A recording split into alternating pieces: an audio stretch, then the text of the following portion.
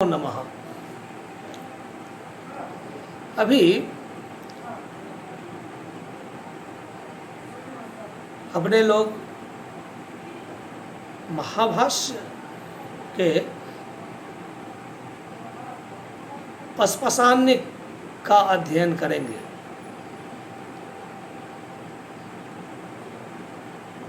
पसपसान्निक में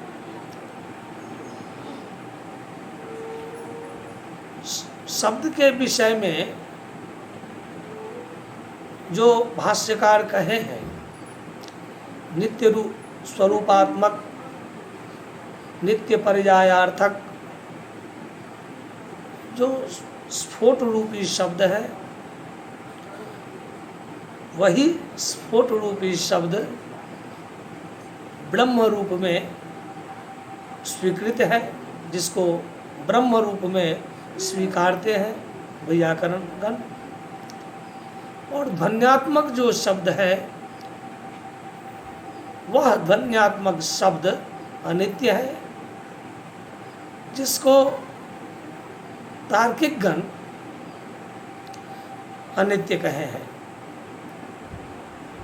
वहाँ पर कारण है, जो सब शब्दों का उच्चारण किया जाता है, तो एक शब्द के उच्चारण के बाद में दूसरा शब्द का उच्चारण होता है। ऐसे में जिसको उच्चारण किया गया वो तो फिर ध्वनित नहीं हो पाता है। इसी कारण से नैयायिक लोग शब्द को अनित्य मानते हैं, किंतु वैयाकरण स्फोटात्मक जो शब्द है, वही स्फोटात्मक शब्द ब्रह्म रूप में अवस्थित है, वही वस्तुतः नित्य पर्यायार्थक है, ऐसा मानते हैं। तीन तरह के प्रयोजन भाष्यकार कहे हैं। एक मुख्य प्रयोजन, सामान्य प्रयोजन और गौण प्रयोजन। तीनों प्रयोजन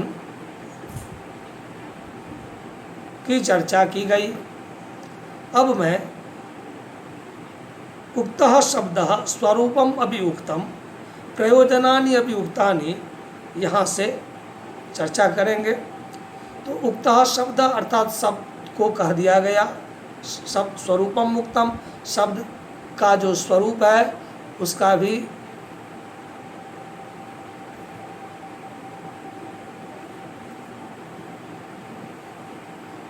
भी प्रतिपादन किया गया। प्रयोजनानि अपि उक्तानि, और उस स्वरूप के जो प्रयोजन है, उन प्रयोजनों को भी कहा गया। शब्दानुशासनम इदानीं कर्तव्यम। अब प्रश्न आता है, जो शब्दानुशासन अर्थात ये जो शब्द है, अधिकार के लिए, मनुष्यों के अधिकार क्षेत्र में जो शब्द आते हैं, उसको जानना चाहिए, क्योंकि शब्द रूपी व्यापार के माध्यम से ही मनुष्य की सत्ता है। जब निःशब्द हो जाते हैं तो मनुष्यों की सत्ता जो है क्षीण हो जाती है। इसीलिए शब्दानुशासनम इदानीं कर्तव्यम, शब्दानुशासन जो है, उन शासनों की कल्पना अभी करनी चाहिए। तत्कथम कर्तव्यम, क्यों शब्दानुशासन की व्यवस्था क्यों करनी चाहिए? तो किंग शब्दोपदेशा कर्तव्य। अब एक प्रश्न करते हैं, जो क्यों करना चाहिए? यदि किंग शब्दोपदेशः कर्तव्यः आहोस्वित अपशब्दोपदेश, आहोस्वित उभयोपदेशेति। अब शब्द का उपदेश करेंगे आप, या अपशब्द का उपदेश करेंगे, या शब्द का भी उपदेश करेंगे, अपशब्द का भी उपदेश करेंगे? ये प्रश्न आता, ये यहाँ पर आक्षेप किया जा रहा है। अन्यतरोपदेशेन कृतं स्यात्। अन्यतर मतलब दोनों में से जो अन्यतर है, उसी का उपदेश यहाँ पर किया जाना चाहिए। अब शब्दोपदेश किया जाना चाहिए या अपशब्दोपदेश किया जाना चाहिए, इस विषय में कह रहे हैं, आक्षेप की ही पुष्टि यहाँ पर की जा रही है।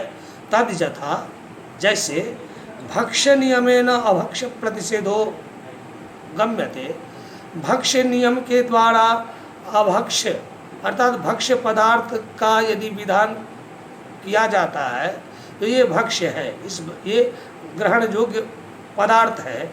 तो उस ग्रहण योग्य पदार्थ के द्वारा अग्राह्य जो पदार्थ है उसका ज्ञान स्वतः सिद्ध हो जाता है। तो यहाँ पर एक नियम के द्वारा दूसरा नियम भी जो है विहित है। तो यदि भक्ष्य नियम के द्वारा विहित नियम के द्वारा विहित नियमों को यदि आप बताएंगे तो अभिहित नियम का ज्ञान हो जाएगा, यदि अभिहित नियमों को यदि आप बताएंगे तो विहित नियम का ज्ञान हो जाएगा। तो इन उभयविध ज्ञानों में से आप किस ज्ञान का उपदेश यहाँ पर करेंगे। जैसे उदाहरण दे रहे पंच पंच नखा भक्ष्या, पांच पांच नख वाले जो जीव है वो पांच ही जीव जो है भक्ष्य में आते हैं और उनके बाद में जितने भी पंचनखी हैं सो अभक्ष्य है।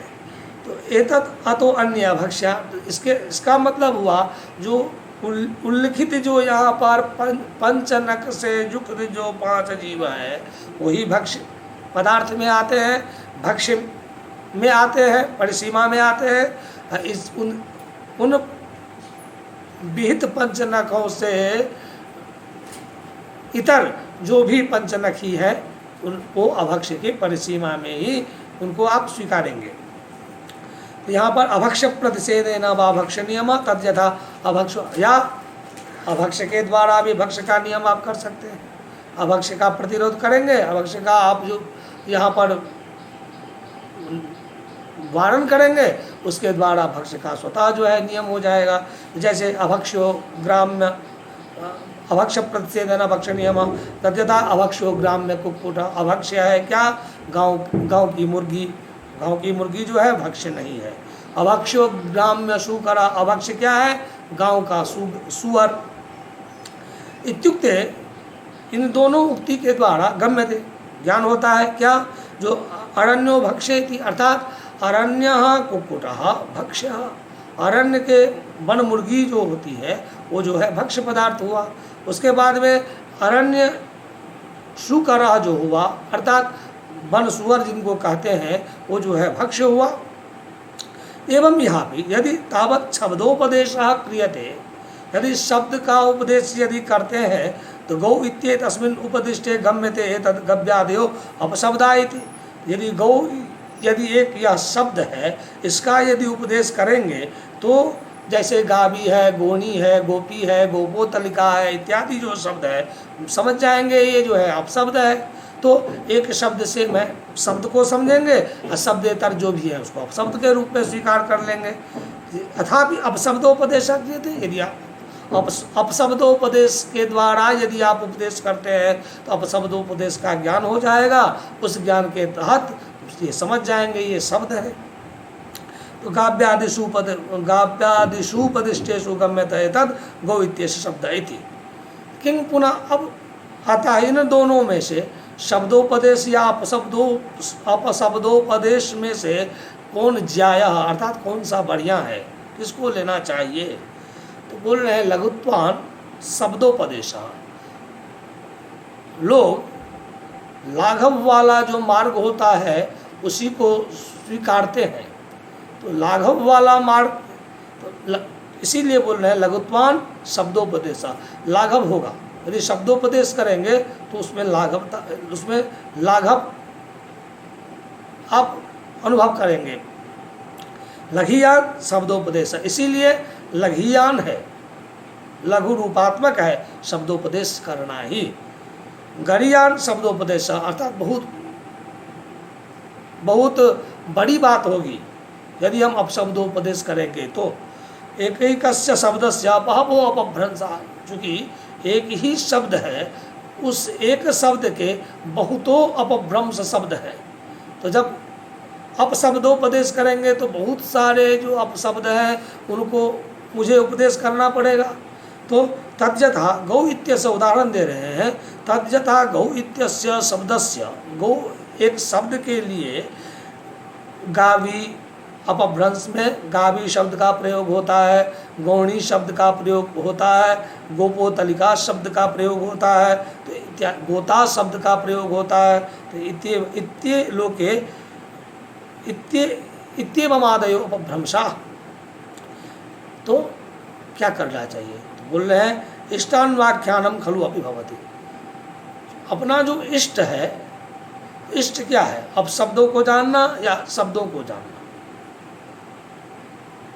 यदि शब्द समझ जाएंगे, शब्द को यदि जान लेते हैं तो अब शब्द को भी जान लेंगे। किंतु यहाँ पर जानना उद्देश्य जो है, जो इष्ट क्या है? इष्ट है शब्द को जानना। तो इष्टान व्याख्यानम खलु अपि भवति। इष्ट जो है, जो इष्ट होता है वही व्याख्या के योग्य होता है, वही व्याख्या के लायक होता है। इसीलिए इष्ट का ही व्याख्यान करना चाहिए। अथ एतस्मिन् शब्दोपदेशे सति किं शब्दानां प्रतिपत्तौ प्रतिपद पाठः कर्तव्यः। ठीक है, आप शब्दोपदेश ही करेंगे। तो शब्दोपदेश में जो शब्दों का जो प्रतिपद, अर्थात हर एक शब्द का जो पाठ है, उन शब्दों को आप संग्रहण करके क्या आप उपदेश करेंगे? हर एक शब्दों को चयन कर करके, एकत्र कर करके आप क्या उपदेश करेंगे? तो बोलते हैं जैसे गौ एक शब्द हुआ, अश्व एक शब्द हुआ, पुरुष एक शब्द हुआ, हस्ती एक शब्द हुआ, शकुनी एक शब्द हुआ, मृग एक शब्द हुआ, ब्राह्मण एक शब्द हुआ। तो इस तरह से जितने भी शब्द हैं, सभी शब्दों का आप प्रतिपद पाठ करना चाहते हैं, प्रतिपद पाठ करेंगे। बोलते नित्या नहीं, अनभ्युपाय एष शब्दानां प्रतिपत्तौ प्रतिपद पाठ। अनभ्युपाय एष शब्दानां, ये उपाय, ये आप जो प्रतिपद पाठ की बातें अभी कर रहे हैं, ये असंभव है, संभव है ही नहीं। शब्दानां प्रतिपत्तौ प्रतिपद पाठ, शब्दों को जानने के लिए प्रतिपद पाठ यदि किया जाए, ये संभव ही नहीं है। एवं ही श्रूयते, ऐसा मैंने सुना है। भाष्यकार ये स्वयं कहते हैं, जो एवं ही श्रूयते, ऐसा सुनने में आता है, जो बृहस्पति इंद्राय दिव्यम वर्ष सहस्रम प्रतिपदोक्तानां शब्दानां शब्द पारायणम प्रोवाच नान्तं जगाम। अर्थात बृहस्पति इंद्राय, इंद्र को, बृहस्पति जो देवगुरु कहे जाते हैं, देवगुरु इंद्र को दिव्यम वर्ष सहस्रम, अर्थात एक दिव्य वर्ष सहस्र, एक दिव्य वर्ष सहस्र प्रतिपदोक्तानां शब्दानां, प्रतिपदोक्त शब्दों को शब्द पारायणम, शब्द पारायण के माध्यम से, अर्थात शब्दकार हैं, फिर दूसरे शब्द, तीसरे शब्द, चौथे शब्द, इस तरह से शब्द जिस तरह से अपने लोग पारायण की प्रक्रिया है, पारायण करते हैं, इस तरह से प्रतिपदोक्त शब्दों को पारायण के माध्यम से एक दिव्य सहस्र वर्ष तक कहे बृहस्पति इंद्र को। फिर भी नान्तन जगामा, फिर भी अंत नहीं हुआ। बृहस्पतिश्च प्रवक्ता, अब मान सकते हैं बृहस्पति जो कि देवगुरु कहे जाते हैं, वो कितने महान प्रवक्ता होंगे। तो बृहस्पतिश्च प्रवक्ता इंद्रश्च अध्येता, और इंद्र के जैसे अध्येता। दिव्यम वर्ष सहस्रम अध्ययन कालो नान्तं जगाम न चान्तं जगाम। एक दिव्य सहस्र वर्ष की अवधि अध्ययन का काल हुआ, और फिर भी उस अध्ययन काल में वह प्रतिपदोक्त शब्द जो है, शब्दों का अंत जो है नहीं हो पाया। किंतु पुनः अद्यत्य, आज की बात ही क्या है? आज यह सर्वथा चिरम जीवति, जो बहुत ज़्यादा जीवित रहते हैं, तो वर्ष शतम जीवति, वो 100 वर्ष ही जीते हैं। चतुर्भिश्च एक बार, उसमें भी दिवारात्रि, बाल्यावस्था और वृद्धावस्था, तो अध्ययन का जो समय है बहुत ही न्यून, बहुत ही सीमित समय ही मनुष्यों के पास में होता है। इसीलिए प्रतिपदोक्त जो शब्दों का जो उपदेश है ये असंभव है, ये नहीं किया जा सकता है। अब बता रहे हैं चतुर्भिश्च प्रकार विद्योपयुक्ता भवति, 4 प्रकार से विद्या जो है लोग प्राप्त करते हैं। चतुर्भिश्च प्रकार विद्योपयुक्ता भवति, विद्या के लिए उपयुक्त लोग 4 ही प्रकार से होते हैं। क्या क्या? आगम कालेन, आगम काल में जब विद्या अध्ययन करते हैं, अध्ययन के समय में विद्या को प्राप्त करते हैं। स्वाध्याय कालेन, जब उस जो पढ़े हैं गुरु के पास में उसका जब स्वाध्याय करते हैं उससे प्राप्ति होती है। स्वाध्याय कालेन, प्रवचन कालेन, फिर आगम काल में जो प्राप्त हुआ उससे थोड़ा बहुत ज़्यादा अधिक मात्रा में स्वाध्याय काल में प्राप्ति होती है। स्वाध्याय काल में जो जितना तक समझे उससे बहुत ज़्यादा प्रवचन काल, जब हम व्याख्यान देते हैं, जब अपने बच्चों को पढ़ाते हैं तो उस समय में वो जो है और कुछ ज़्यादा मात्रा में जो है विद्या परिष्कृत ज्ञान जो है परिष्कृत होता है। तो प्रवचन का लेना और क्या, तो व्यवहार का लेना। उसके बाद में भी जब हम व्यवहार में जाते हैं, हो सकता है ऐसे एक अपटू भी है किंतु ऐसा शब्द का प्रयोग कर रहे हैं जिस शब्द को मैं नहीं जान रहा था। मैं गुरुजनों के पास में गया, हो सकता है बहुत सारे शब्द ऐसे हैं जिनका वो प्रयोग कर रहे हैं, तो उनसे मैं बहुत सारे शब्दों को तो मैं नहीं ग्रहण कर पाऊंगा, फिर भी बहुत शब्दों को मैं वहाँ पर समझ ले पा रहा हूँ, बहुत विषयों को मैं परिष्कृत कर रहा हूँ। तो ये व्यवहार से ही संभव हो पाता है। इसीलिए बोल रहे हैं 4 प्रकार से विद्या को आप प्राप्त करते हैं। एक आगम काल में, स्वाध्याय काल में, प्रवचन काल में और व्यवहार काल में। तत्र चास्यागम काले नैव कृष्णं पर्युपयुक्तं स्यात् तस्मात् अनभ्युपायः शब्दानां प्रतिपत्तो प्रतिपद पाठ। तो आगम काले नैव आयुः कृष्णं स्यात्, तब तो आगम काल यदि मान लीजिए मैं प्रतिपदोक्त शब्दों का यदि पाठ करूं, तब तो आप जो है आगम मतलब पढ़ते ही मतलब शब्दों का उच्चारण करते करते ही आपकी आयु जो पूर्णता को प्राप्त कर जाएगी, तो तब तो आप उसको समझेंगे कब। इसीलिए जो प्रतिपद पाठ जो है, ये प्रतिपद पाठ संभव नहीं है, प्रतिपद पाठ करना संभव नहीं है। तो कथम तर्हि इमे शब्दा प्रतिपत्तव्या, कथम तर्हि इमे शब्दा प्रतिपत्तव्या, तब कैसे इस शब्दों को समझा जाए, कैसे समझना चाहिए। तब बोलते हैं कि किंचित सामान्य विशेष बल लक्षणम प्रवर्त्यम। तो यहाँ पर एक प्रक्रिया को अपनाना अत्यंत आवश्यक है। उस प्रक्रिया का नाम क्या है? सामान्य लक्षण और विशेष लक्षण।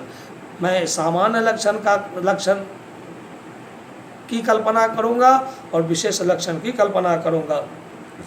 ये न अल्पेन यत्नेन, जिसके द्वारा अल्पेन यत्नेन महतो महता शब्दोयुगान प्रतिपद्येरन, जिसके कारण अल्प प्रयास के माध्यम से ही महान से महान जो शब्द शास्त्र है, उस शास्त्रों में प्रयुक्त जो शब्द राशियाँ हैं उसको आप जिससे समझ सकें।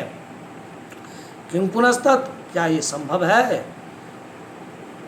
उत्तरगापवादो, ये जो सामान्य और जो विशेष लक्षण बोले हैं, ये किं पुनस्तत्, ये क्या है? सामान्य लक्षण और विशेष लक्षण क्या है?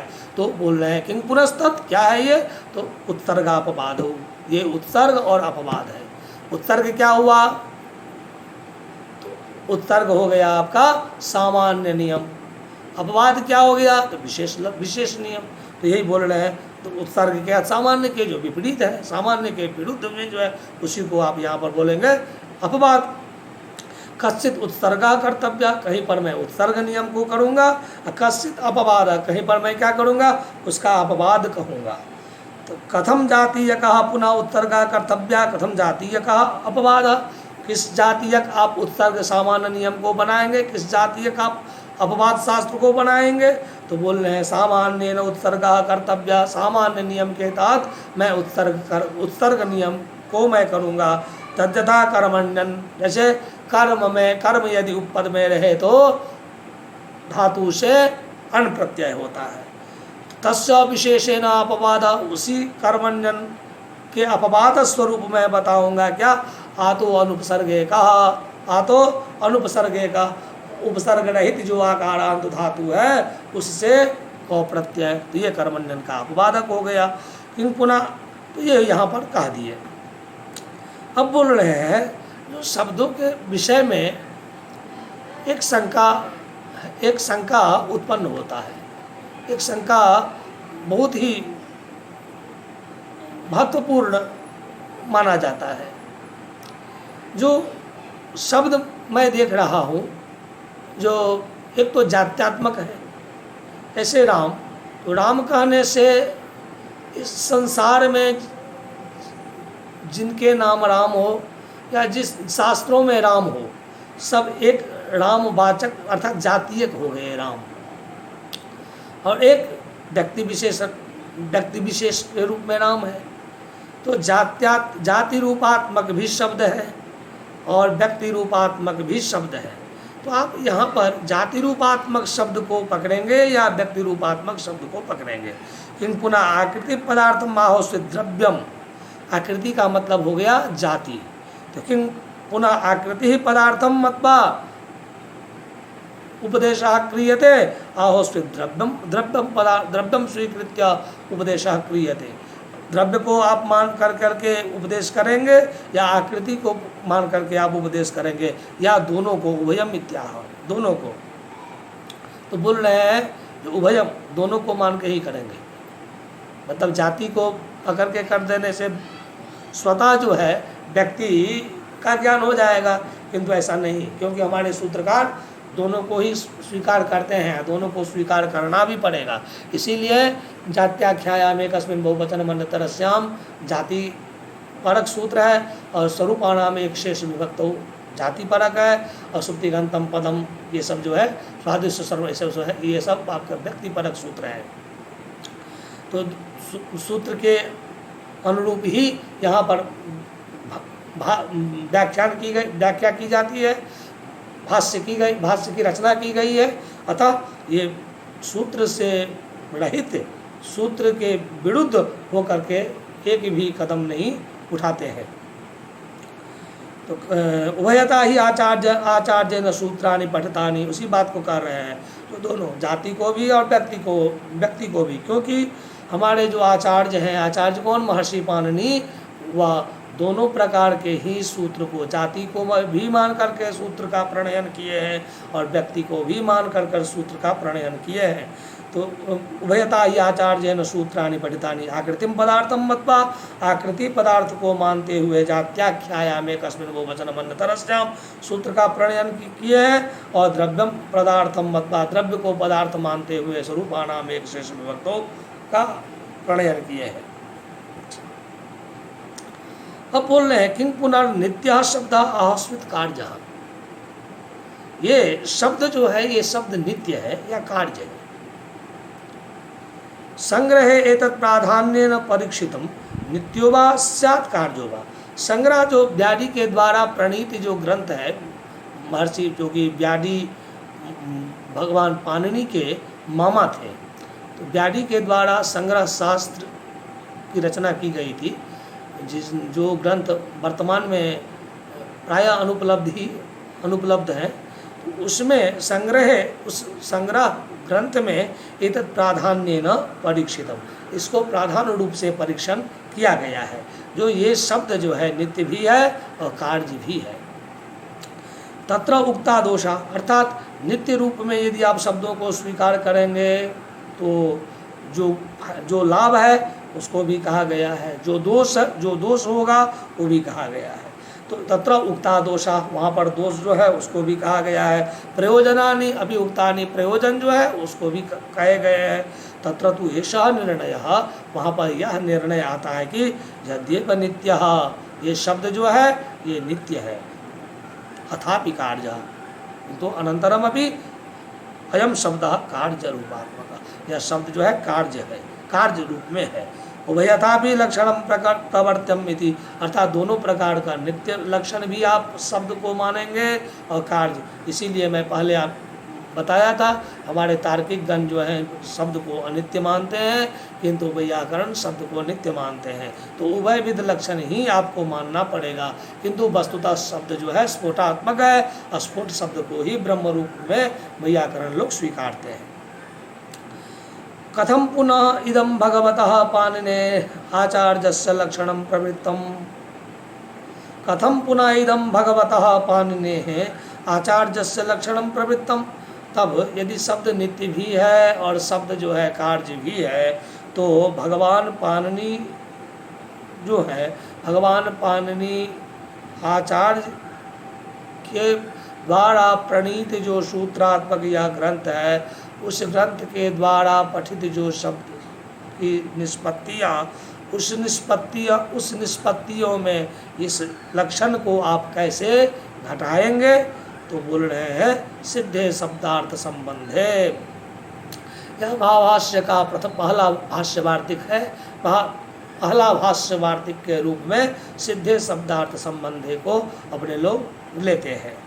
इसका अर्थ क्या होता है? सिद्धे शब्दार्थ संबंधे, अर्थात सिद्ध है।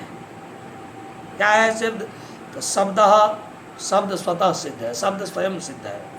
अर्थ, उस शब्द का जो अर्थ है वह भी सिद्ध है, और शब्द का जो शब्द और अर्थ का जो संबंध है वह भी स्वतः सिद्ध है। यहाँ पर एक भ्रमात्मक बातें आती है।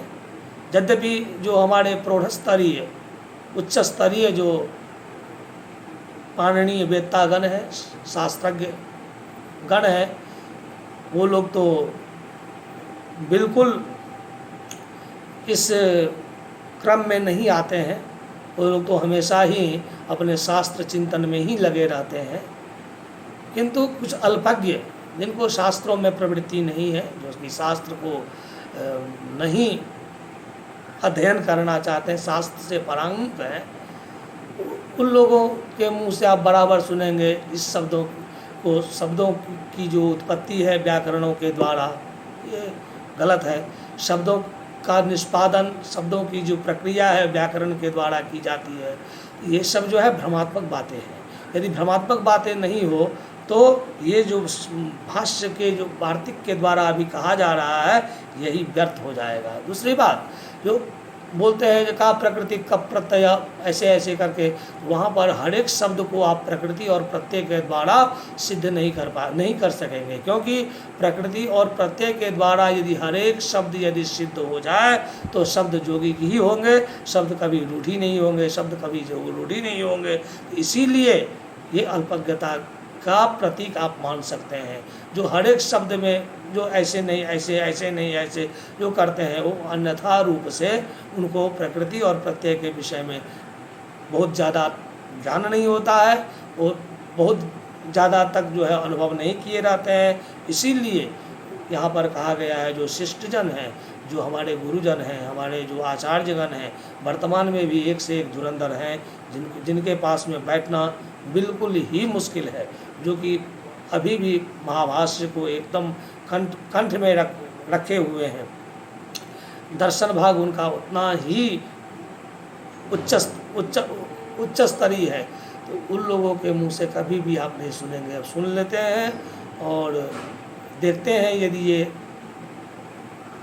इसके अधिकारी हैं, ये पात्र हैं इस ज्ञान के, तो उसको बता देते हैं। यदि समझ जाते हैं ये अनधिकारी है, ये प्रजल्पन में लगे हुए हैं, तो फिर उनको वहीं पर वो तिरस्कार कर देते हैं। तो इसीलिए उन जो प्रजल्पन परक जो है कुछ लोग होते हैं, जो जान से ज़्यादा बोलते हैं, उन लोगों की बातों में नहीं आना चाहिए। तो बोल रहे सिद्धे शब्दे अर्थे संबंधे चेती। सिद्ध जो है क्या है? शब्द सिद्ध है, और शब्द का जो अर्थ है वह भी सिद्ध है, और शब्दार्थ का जो संबंध है वह भी सिद्ध है। असिद्ध कुछ नहीं है। तो सिद्ध शब्द से का अर्थ, तो ये सब सिद्ध तो हुआ, शब्द भी सिद्ध, अर्थ भी सिद्ध और संबंध भी सिद्ध। सिद्ध शब्द का क्या सिद्ध शब्द या क्या पदार्थ है? तो नित्य पर्यायवाची सिद्ध शब्द, यह नित्य पर्यायवाची सिद्ध शब्द है। नित्य पर्यायवाची सिद्ध शब्द है। कथम जायते, कैसे मैं मानूं? तो बोल रहे हैं यद कूटस्थेषु अविचालिषु भावेषु वर्तते।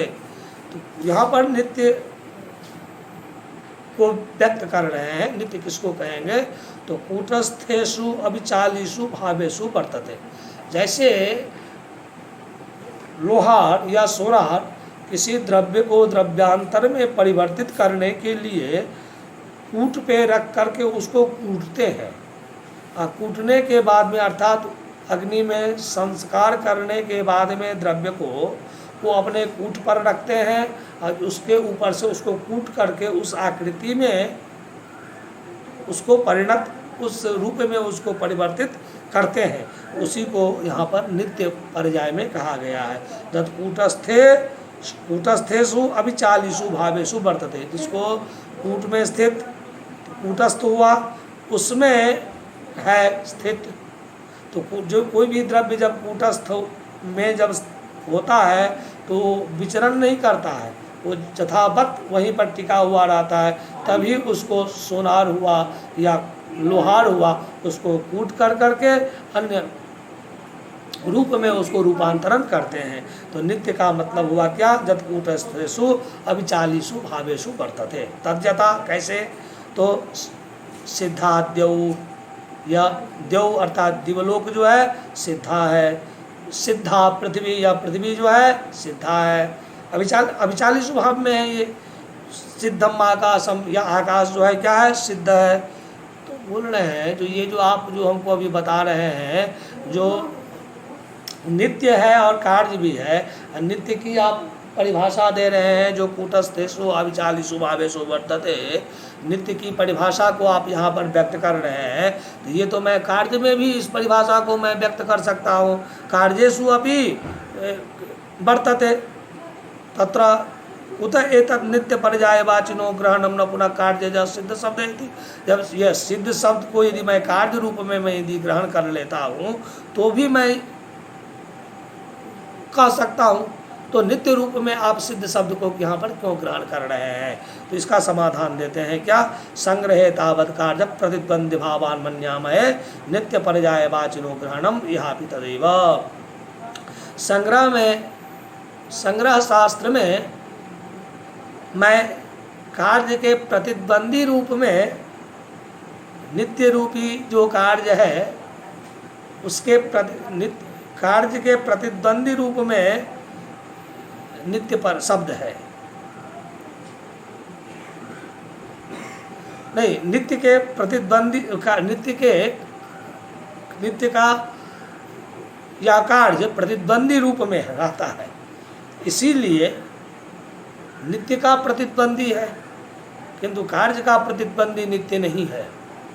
तो प्रतिद्वंदी रूप में है कार्य, इसी से मैं यहाँ पर अनुमान करता हूँ जो यहाँ पर सिद्ध शब्द पर्यायवाची है, इसीलिए मैं यहाँ पर नित्य पर्यायार्थक सिद्ध शब्द को मैं ले रहा हूँ, न कि कार्य पर्यायार्थक को।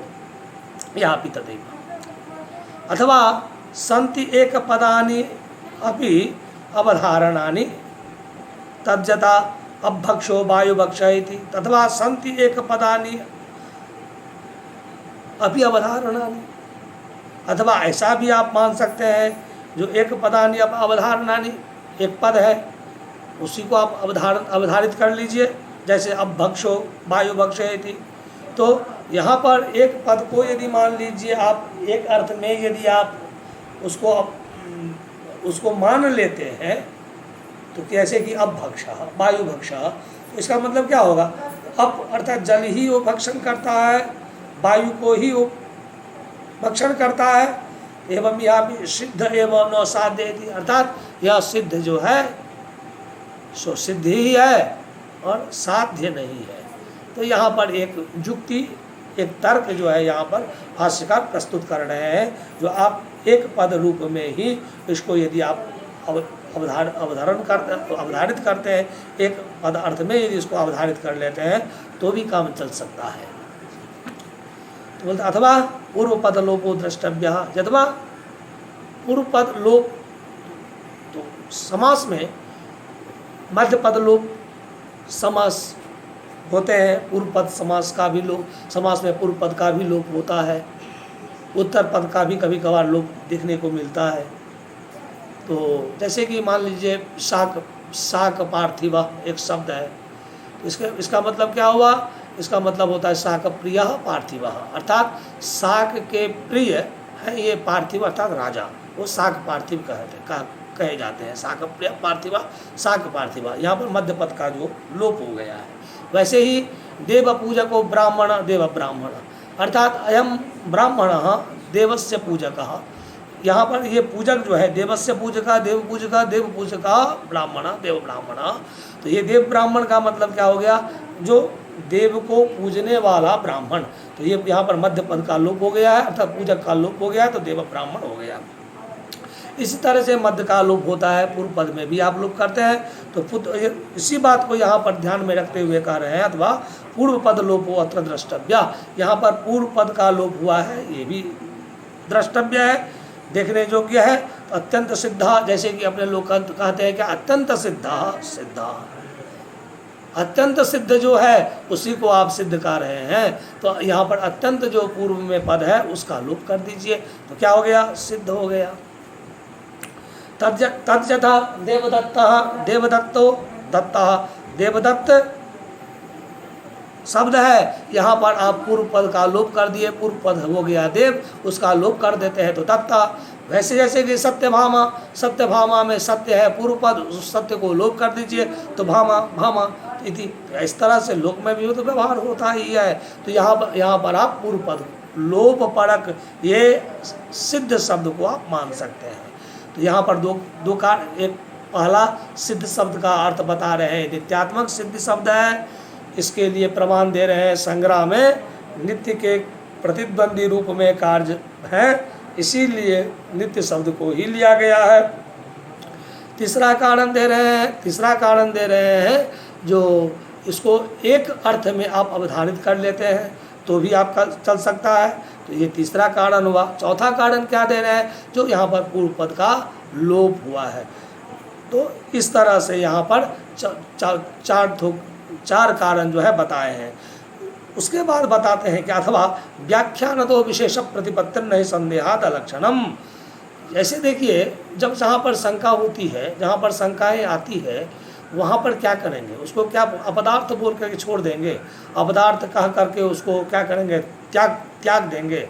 नहीं, बोलते हैं व्याख्यान तो विशेष प्रतिपत्ति नहीं संदेहात अलक्षणम। संदेहात अलक्षणम मत्वा, संदेह उत्पन्न हो रहा है इसलिए अलक्षण, ये कोई युक्त नहीं है, ये इसका कोई अर्थ नहीं आता है, इस तरह से उसको आप नहीं कर सकते हैं, उसका निराकरण आपको करना होगा। तो क्या? तो व्याख्यान तो विशेष प्रतिपत्ति, विशेष प्रतिपत्तियों के स्थल में व्याख्यान के द्वारा ही समाधान किया जाता है, उसको आप लक्षण रहित नहीं कर सकते हैं। तो इसीलिए यहाँ पर जो सिद्ध शब्द जो दिया गया है, इसको व्याख्यान के द्वारा आपको सिद्ध करना होगा, आपको जानना होगा। नमो नमः।